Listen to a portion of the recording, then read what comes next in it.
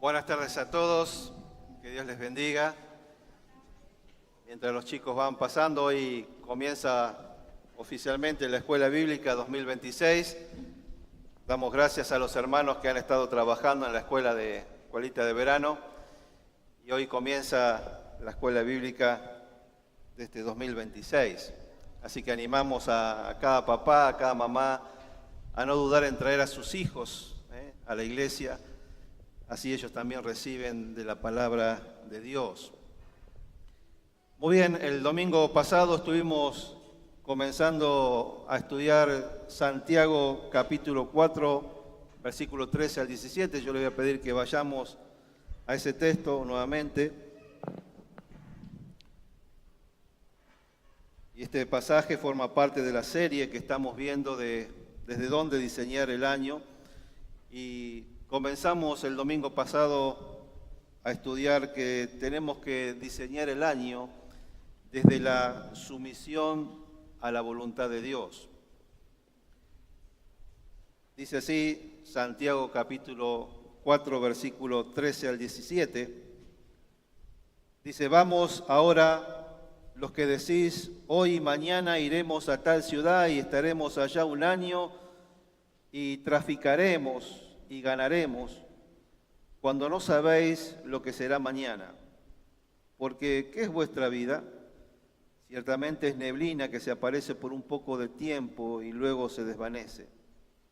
En lugar de lo cual deberías decir, si el Señor quiere, viviremos y haremos esto o aquello. Pero ahora os jactáis en vuestras soberbias, toda jactancia semejante es mala, y al que sabe hacer lo bueno y no lo hace, le es pecado. Dijimos que en este pasaje Santiago condena la actitud de personas que estaban planificando su vida sin tener en cuenta a Dios. Y no solamente que no tenían en cuenta a Dios, sino que planificaban sin tener en cuenta la brevedad de la vida, y compara la vida con una neblina, como un vapor que hoy está y mañana no está, o es un instante. Y muchas veces nosotros, como seres humanos, queremos planificar esa neblina, queremos controlar esa neblina. Y Santiago dice, es una insensatez querer planificar y controlar la vida sin tener en cuenta a Dios.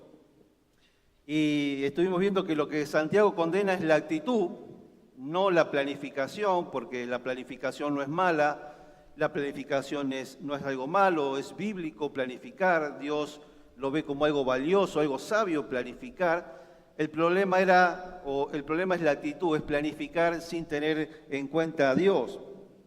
Y eso es malo, dice Santiago, porque después termina diciendo que eso parte de la arrogancia, del orgullo de nuestro corazón, de no tener en cuenta a Dios.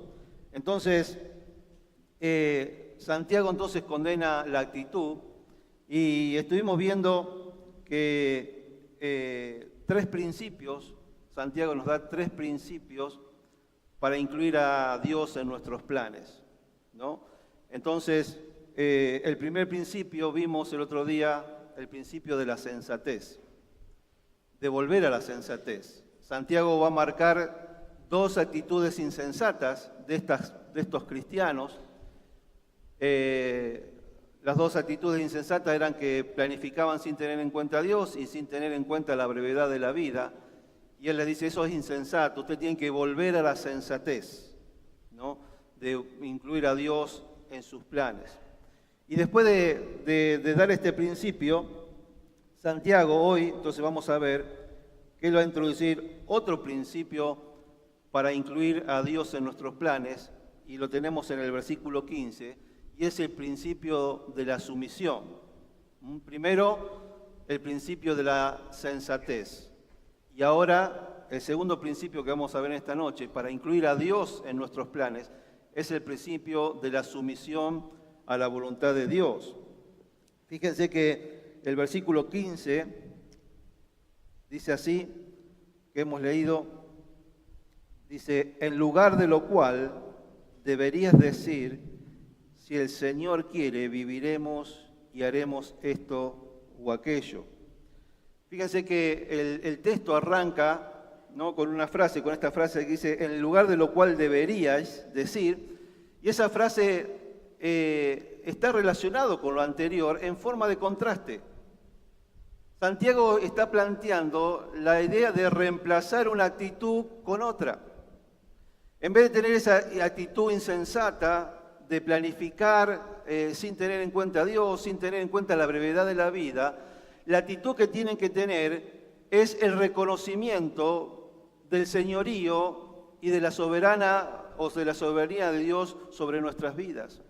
La otra alternativa de vida es esa, es decir, dejar la insensatez de planificar sin Dios y reconocer en sus vidas el señorío y la soberanía de Dios sobre sus vidas. La solución, dice Santiago, no es dejar de planificar, la solución no es caer en un, lo que se llama un fatalismo pasivo, decir, bueno, como si realmente todo lo maneja Dios, si al final se va a hacer su voluntad, yo espero, descanso, me quedo cruzado de brazos y que Dios haga lo que Él quiera.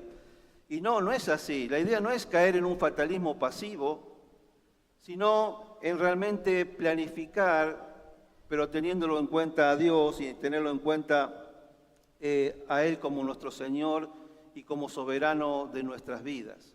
Esa es la actitud que debemos tener, la actitud de sumisión, estar dispuesto a someternos bajo el señorío, bajo la voluntad de nuestro soberano Dios. Entonces, si nosotros caeríamos en un fatalismo pasivo, estaríamos cambiando quizás la autosuficiencia de planificar sin Dios y estaríamos cayendo en una apatía, en una pereza y en dejar la vida que corra como si nosotros no tuviéramos ninguna intervención. Ahora, ¿cómo es este proceso de planificar? Estamos hablando de planificar con Dios, sin Dios. ¿Cómo es el proceso? ¿Cómo debería ser ese proceso de planificar con Dios? ¿Y cómo en realidad muchas veces lo hacemos nosotros? ¿Cómo tenemos que entender esta planificación? Bueno, en realidad, mis queridos, todo debe comenzar con una búsqueda de la voluntad de Dios, de consultarle a Dios cuál es la voluntad de Dios para nuestras vidas. ¿Cuál es la voluntad de Dios?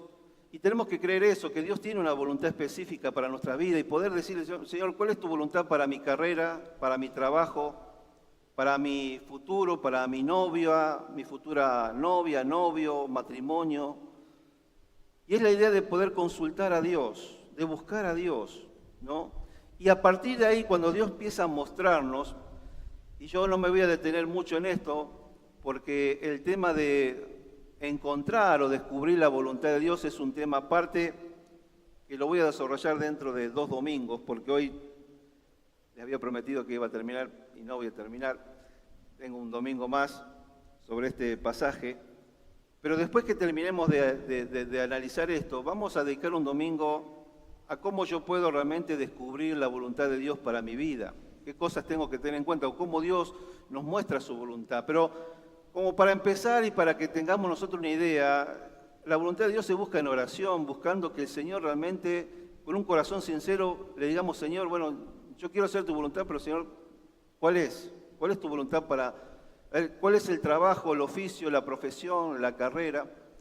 Y una vez que Dios nos va mostrando, entonces ahí sí uno empieza a ver, bueno, cómo, cuándo, qué tengo que hacer, qué pasos seguir para que mi vida se vaya alineando a esa voluntad de Dios. Cuando yo estoy seguro que, bueno, Dios me está llamando a ser médico, y bueno, ¿qué tengo que hacer? Bueno, tengo que hacer la primaria, tengo que hacer la secundaria, tengo que ir a la facultad de medicina.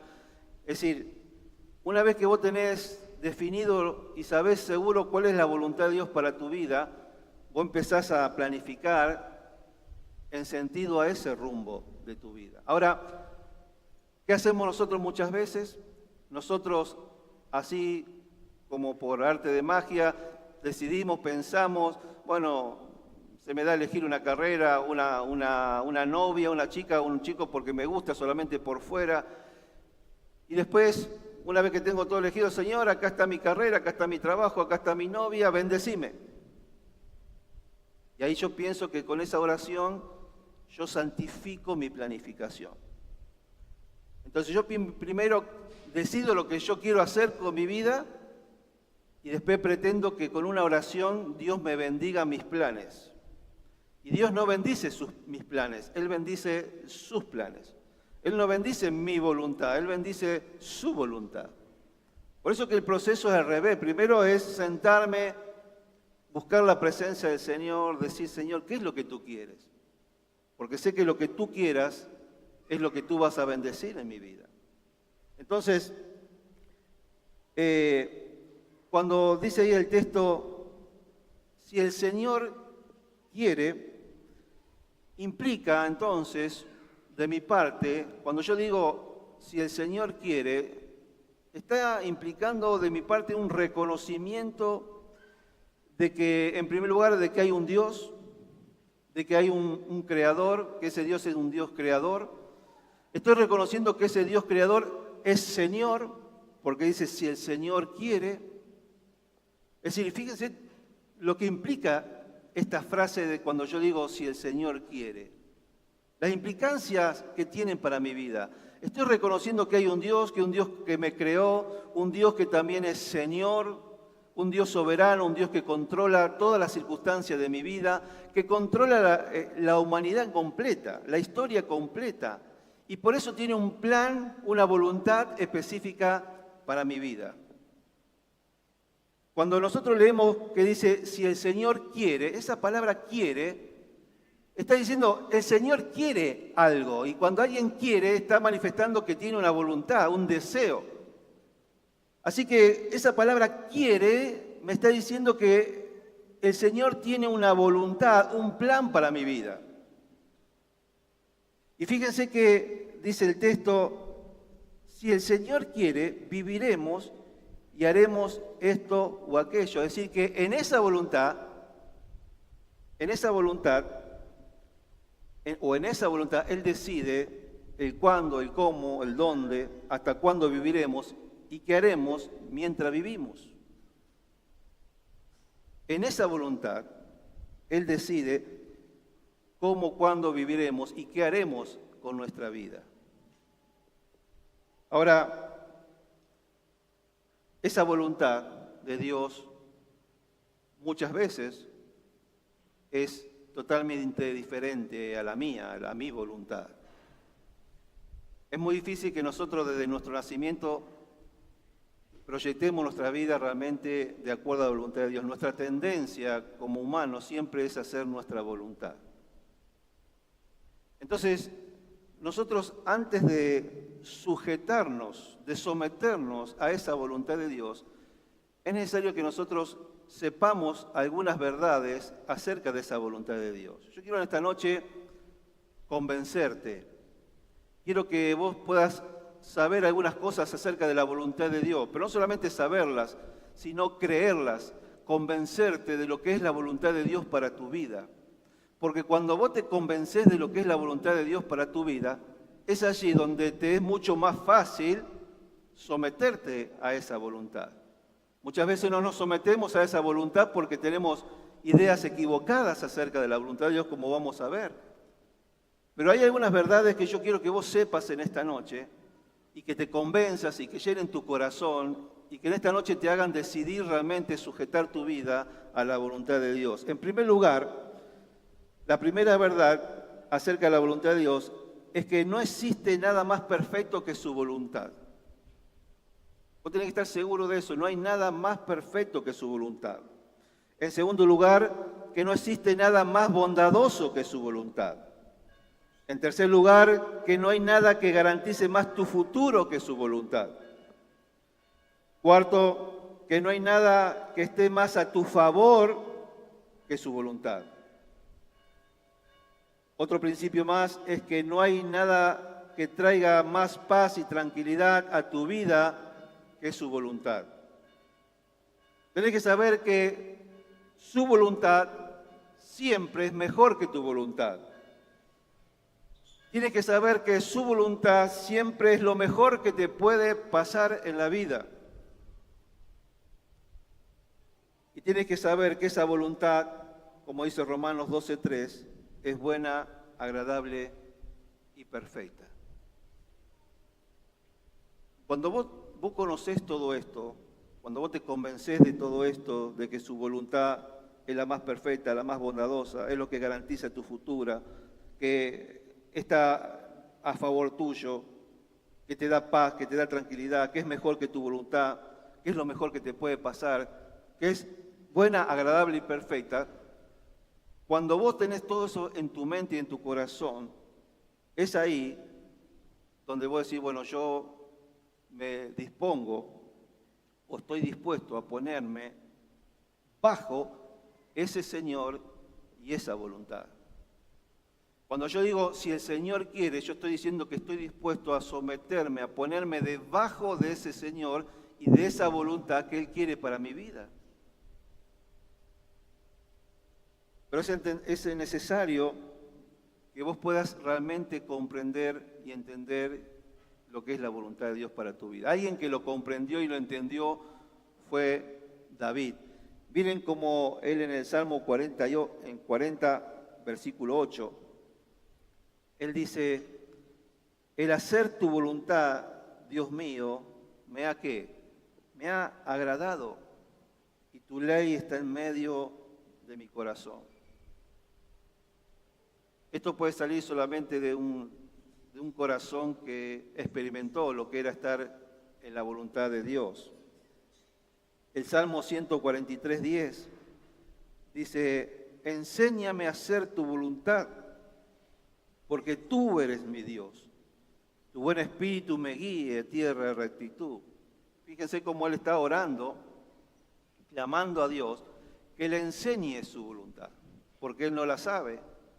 Dice, enséñame tu voluntad porque tú eres mi Dios, tú eres mi Señor. Y yo como criatura, como hijo tuyo, tengo que someterme a tu voluntad. Por lo tanto, enséñamela.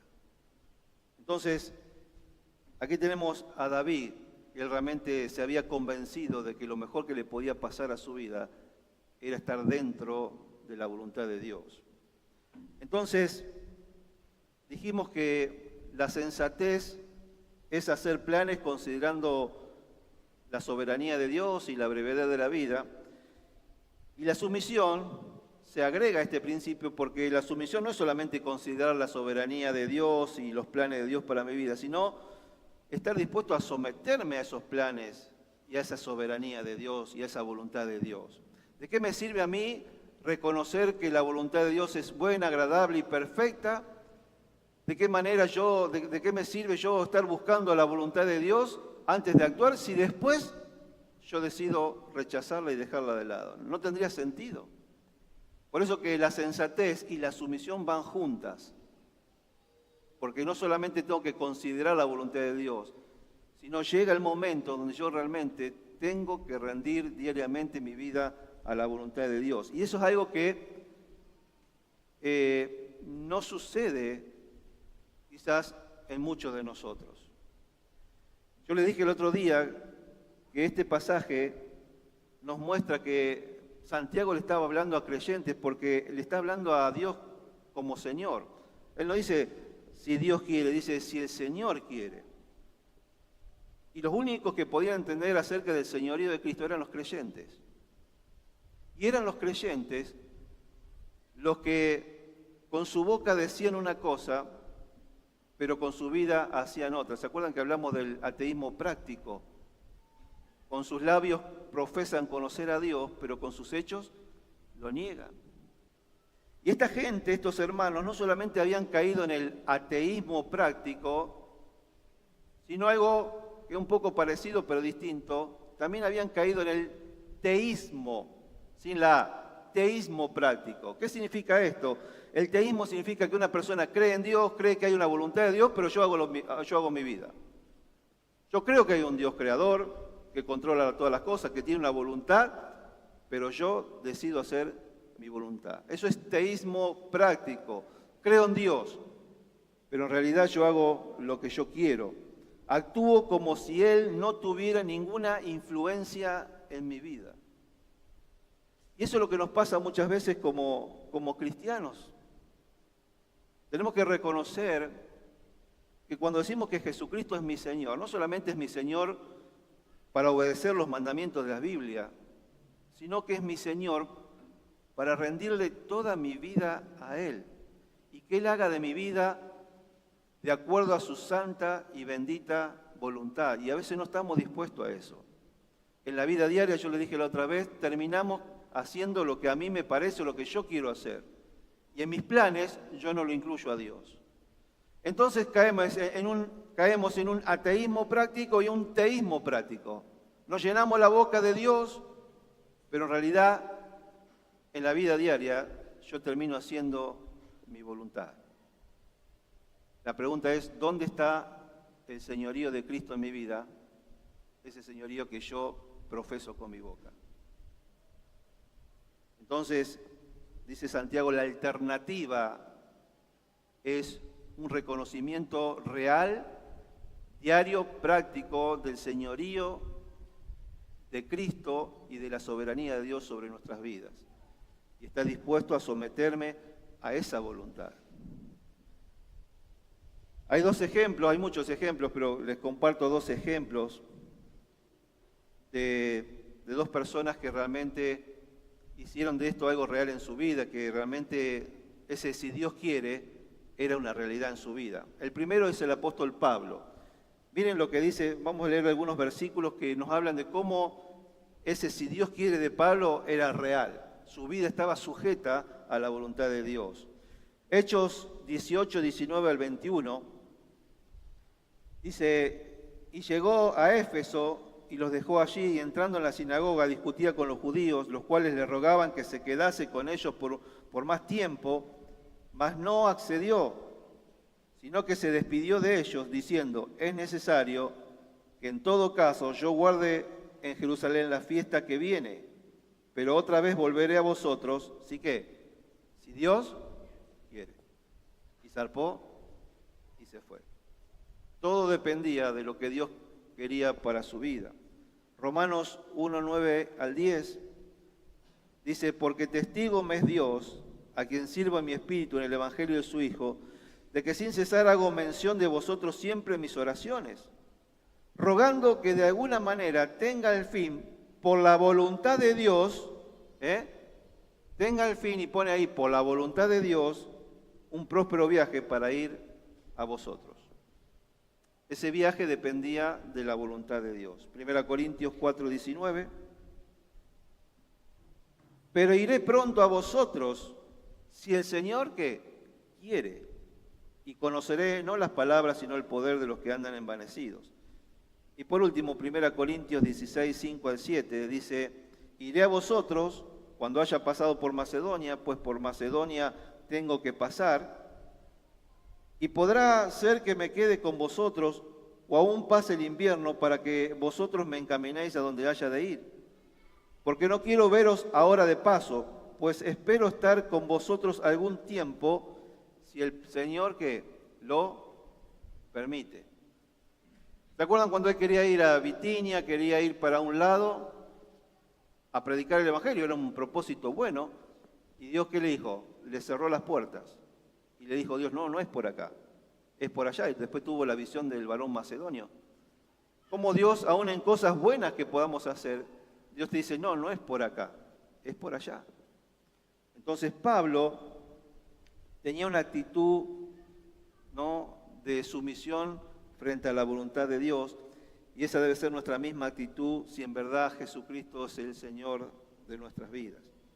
Y el ejemplo supremo que tenemos de una persona que se sujetó a la voluntad de su Padre fue el mismo Jesús. Desde su nacimiento hasta su muerte, Jesús tuvo un deseo profundo y desinteresado de hacer la voluntad de Dios. Él es nuestro ejemplo supremo.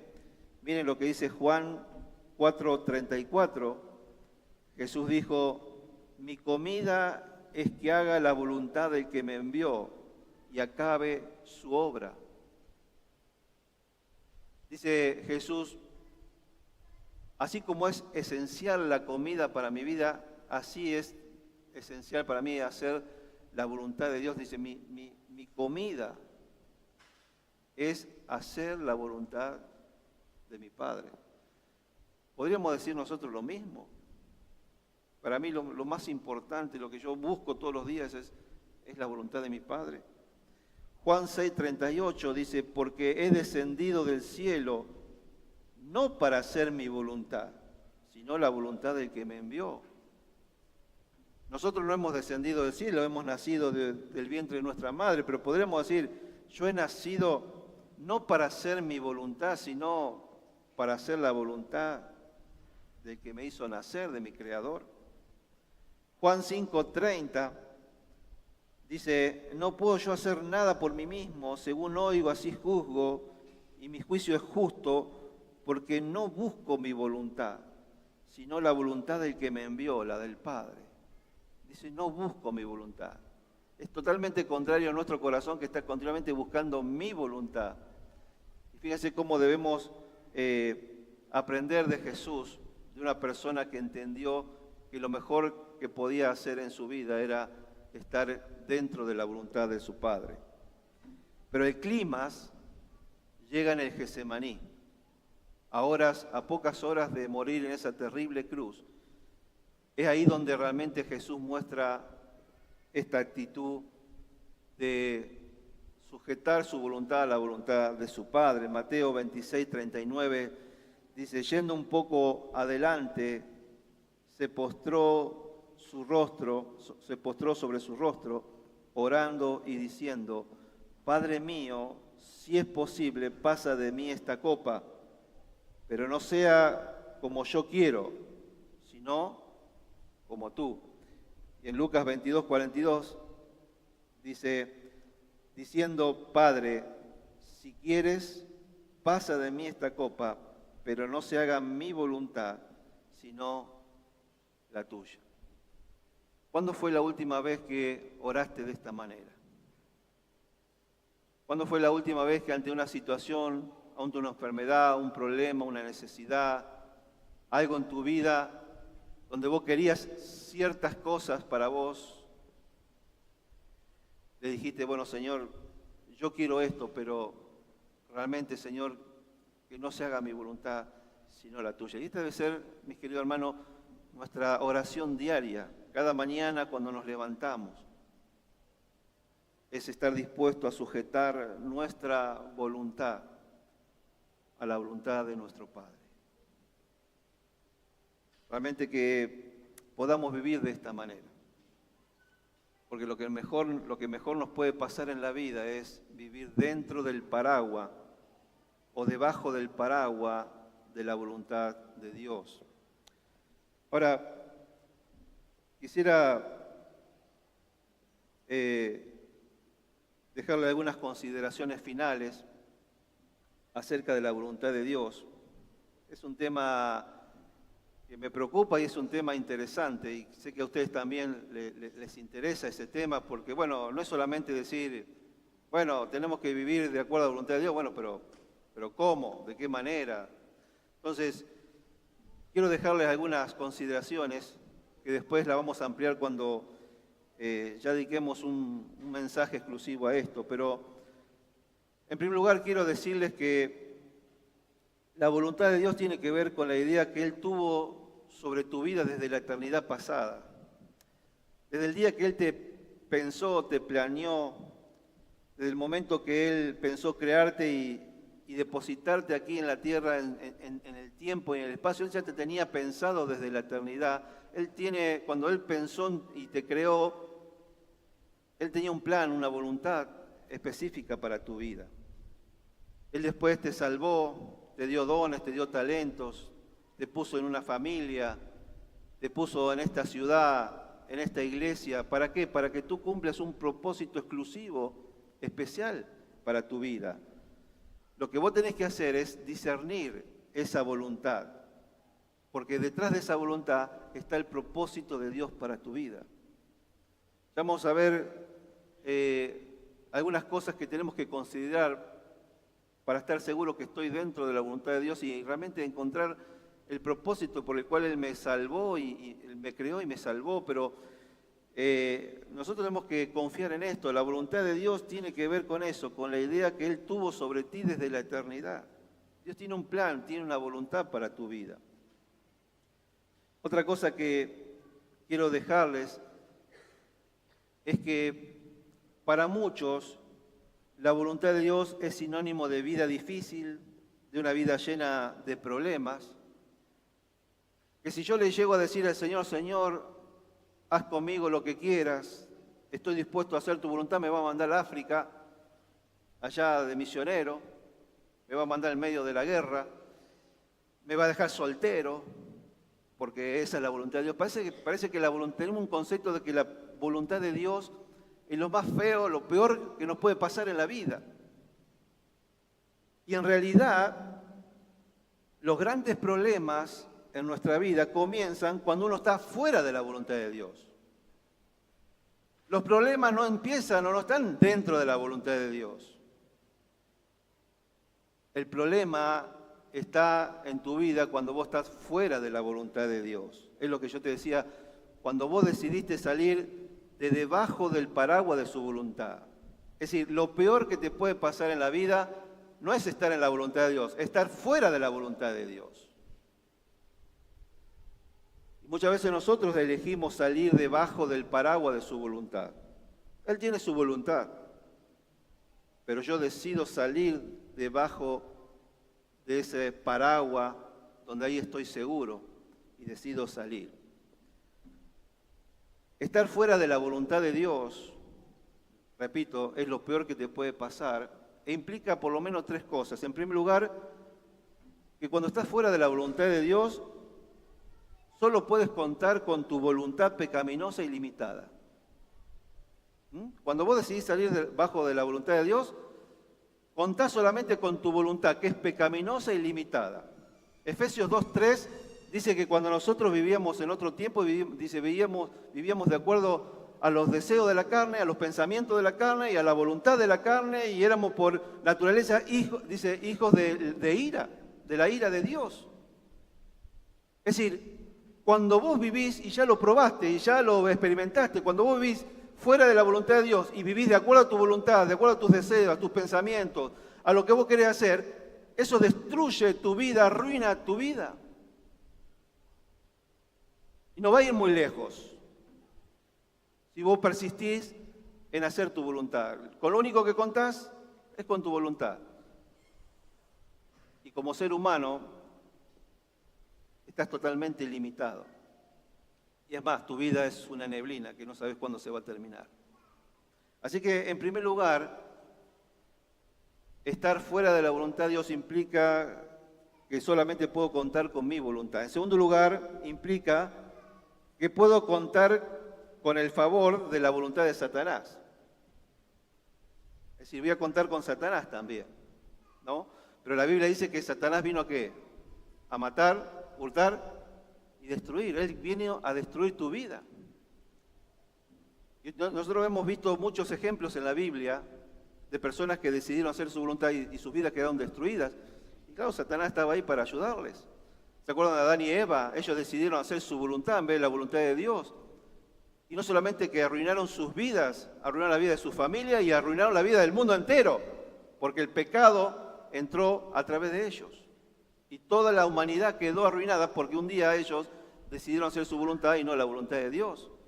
Caín, Dios le dijo que tenías tiempo de cambiar el rumbo de tu vida si se arrepentía, y él decidió hacer su voluntad, mató a Abel y arruinó su vida y toda su descendencia.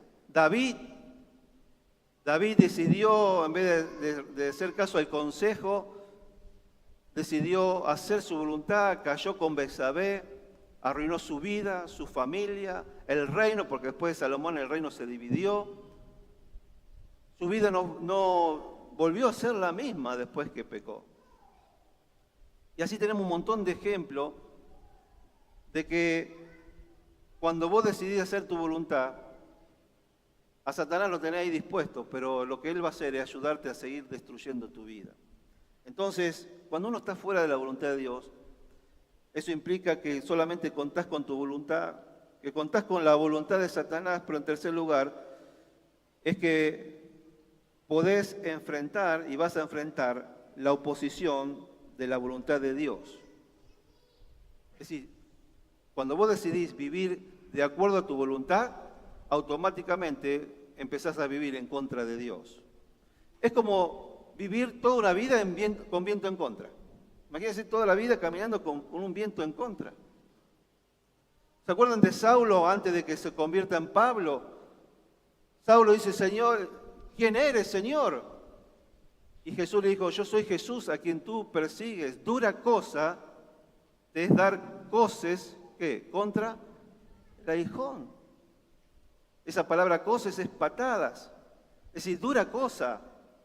Es lo peor que te puede pasar. Habla de obstáculo, habla de algo difícil, de algo doloroso. Es como si vos le empezás a pegar a una punta.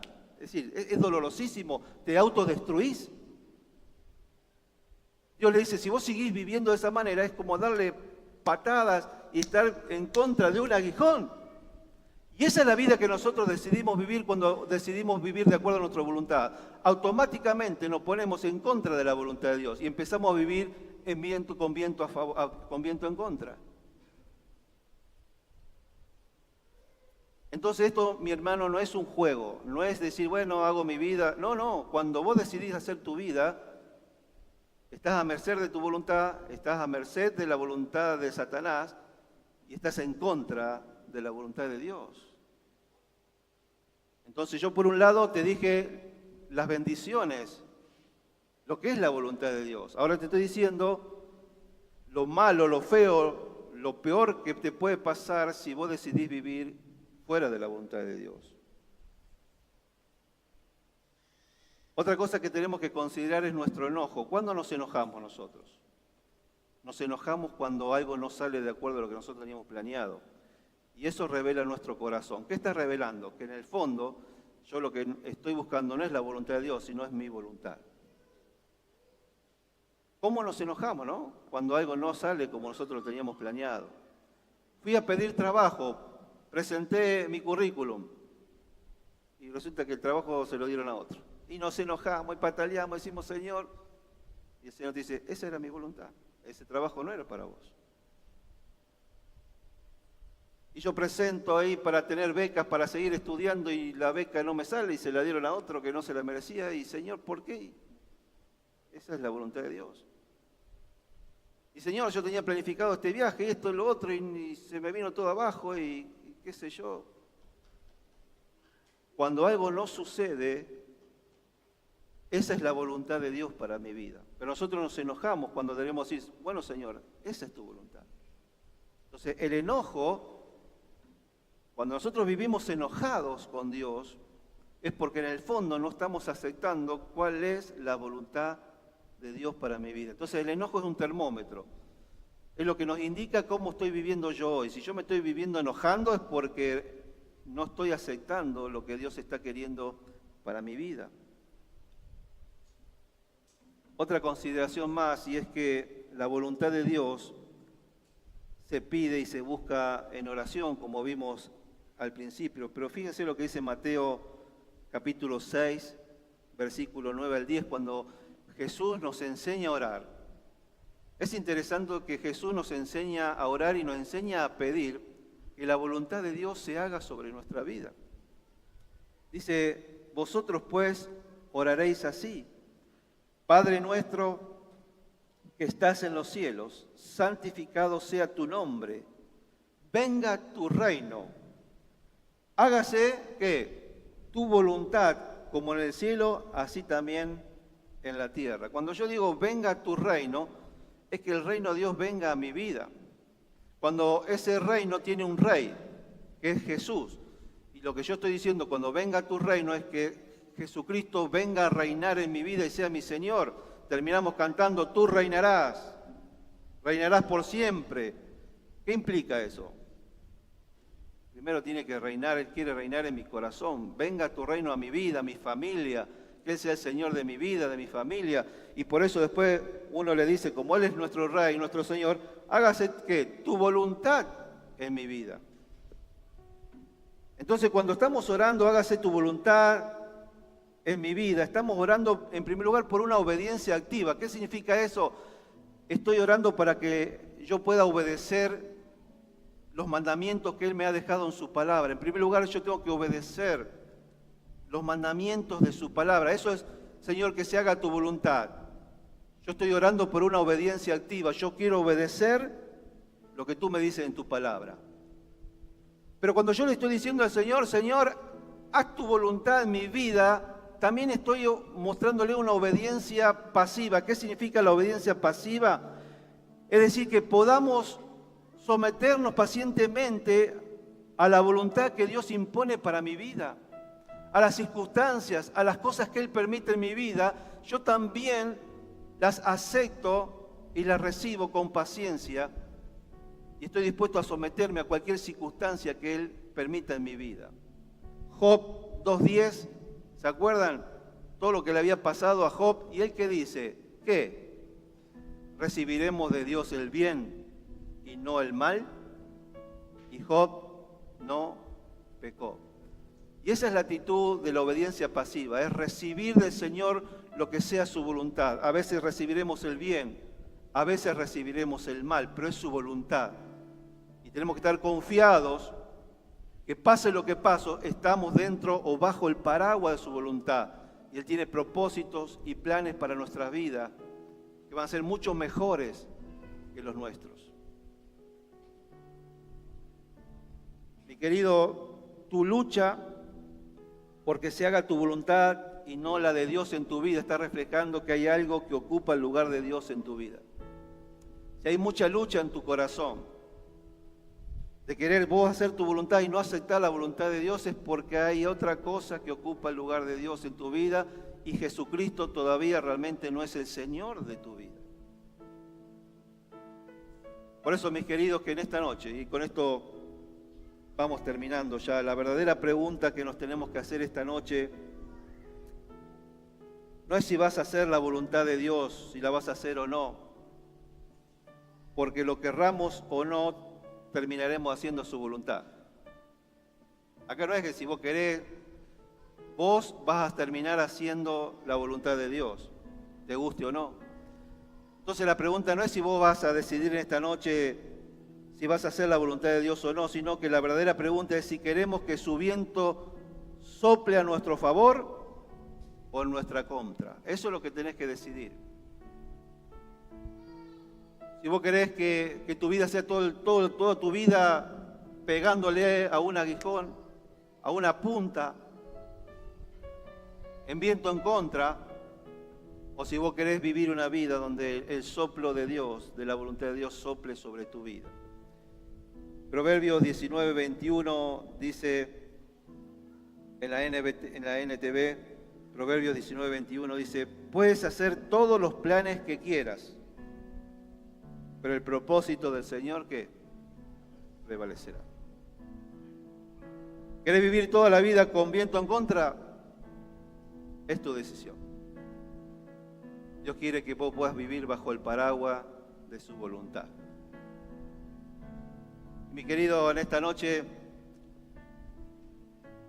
que quizás hace poco que estás viniendo o hace mucho que estás viniendo, pero todavía no tomaste una decisión por Cristo, yo quiero decirte en esta noche que para que vos puedas decir si el Señor quiere, como hemos leído, para que vos puedas decir si el Señor quiere, primero Cristo tiene que ser tu Señor. No podés decir el Señor quiere si Él no es tu Señor. Y el Señor, cuando estuvo aquí en la tierra, Él dijo que todos aquellos que quieren ser mis discípulos, todos aquellos que me quieren seguir, dice, tienen que negarse a sí mismo, tomar su cruz y seguirme. Esa palabra, negarse a sí mismo, es negar su voluntad. Jesús dijo, si alguno me quiere seguir, tiene que estar dispuesto a dejar su voluntad y empezar a vivir de acuerdo a mi voluntad. Y vos hasta ahora has vivido en contra de la voluntad de Dios, porque cuando vos decidís vivir de acuerdo a tu voluntad, automáticamente estás viviendo en contra de su voluntad. Durante toda tu vida estuviste viviendo en viento en contra. Toda tu vida hasta ahora estuviste viviendo pegándole a un aguijón. Y Dios te dice en esta noche, vos querés que tu vida cambie. Si vos querés dejar de vivir con viento en contra, ¿cómo tenemos que hacer para dejar de vivir en viento en contra? O cuando estamos en viento en contra. Si yo estoy para allá, viendo para allá y tengo el viento en contra, tengo que hacer un giro de 180 grados y el viento me va a empezar a dar a favor. Y la Biblia dice que ese giro de 180 grados es arrepentimiento. Es arrepentirme de la vida que estoy llevando, arrepentirme de haber vivido de acuerdo a mi voluntad, arrepentirme de darle la espalda a Dios, arrepentirme de haber vivido una vida pegando contra el aguijón y decir, Señor, me rindo en esta noche y quiero empezar a vivir de acuerdo a tu voluntad, porque hasta ahora mi vida se está destruyendo, mi matrimonio se está destruyendo, mi vida una vida sin sentido, sin propósito, porque hasta ahora he decidido vivir a mi manera. Pero esta noche el Señor te dice, tenés que volver a mí. Pero para volver a mí, para seguirme, tenés que estar dispuesto a dejar tu voluntad y empezar a hacer mi voluntad. Y para aquellos de nosotros que ya hace tiempo que hemos tomado esta decisión de que Jesucristo sea nuestro Señor, aquellos que ya nos consideramos creyentes quizás de hace mucho tiempo, tenemos que recordar que ese día que tomamos la decisión de seguir a Cristo, que decidimos dejar nuestra voluntad para hacer la voluntad de Dios, es una actitud que no fue de ese momento, es una actitud que la Biblia dice que tiene que ser algo continuo en nuestra vida. Todos los días, como hijos de Dios, como discípulos, tenemos que dejar nuestra voluntad, de negarnos a nosotros mismos para hacer la voluntad de Dios. Y esa es una actitud de vida continua. No es algo que ocurrió en el pasado solamente, sino que eso debe caracterizar la vida de un creyente todos los días, un discípulo de Cristo todos los días, le dice al Señor, Señor, no se haga mi voluntad, sino la tuya. Amén. Vamos a ponernos de pie.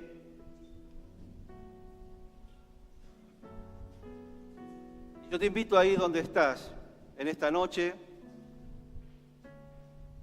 que si en esta noche te das cuenta que hasta ahora le has dado la espalda a Dios y has vivido de acuerdo a tu voluntad y has vivido en contra de la voluntad de Dios, en esta noche allí donde estás, allí con tus palabras, en tu corazón, puedas decirle, Señor, en esta noche me arrepiento de mis pecados, en esta noche me rindo a tu voluntad, quiero seguirte. Quiero vivir para vos, quiero que tú transformes, que cambies mi vida. En esta noche me rindo a tu voluntad. Y para aquellos que ya hemos hecho esa decisión, esta noche tenemos que volver a decirle al Señor, Señor, yo también me tengo que arrepentir. Porque estoy viviendo en un ateísmo práctico, porque estoy viviendo en un teísmo práctico. Porque esa decisión que tomé hace tiempo no está siendo una característica de mi vida hoy. Tengo que reconocer que, Señor, cuánto hace que mi oración no es esta, Señor, no se haga mi voluntad, sino la tuya. En esta noche, como cristianos, como creyentes, podamos volver al Señor y podamos decir, si el Señor quiere. Y esa frase en nuestra boca se corresponda con nuestro corazón. Que podamos ser como Pablo y que podamos imitar la vida de nuestro Señor Jesucristo. Cuando Él decía, mi comida es hacer tu voluntad. Mi deseo es buscar tu voluntad. Señor, que se haga tu voluntad y no la mía.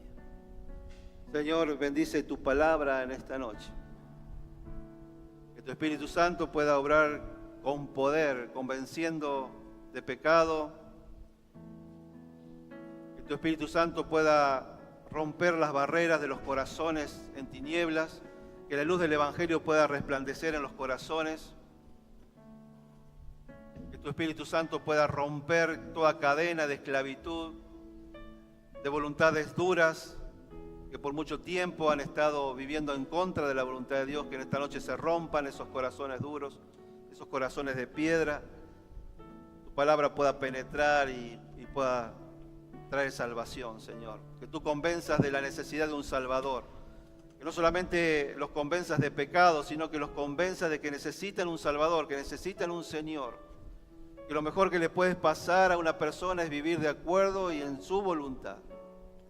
Y que tú también, Señor, en esta noche tu palabra traiga también palabra de exhortación al corazón de cada creyente, a poder alinearnos a vivir de acuerdo a tu voluntad y no la nuestra. Te lo lo pedimos, Señor, te damos gracias por este tiempo, que tu Espíritu Santo haga la obra que tenga que hacer. También queremos dejar en tus manos este tiempo de ofrendas, donde vamos a ofrendarte a ti con nuestro corazón. Te lo pedimos y te damos gracias en el nombre de Cristo Jesús. Amén y amén.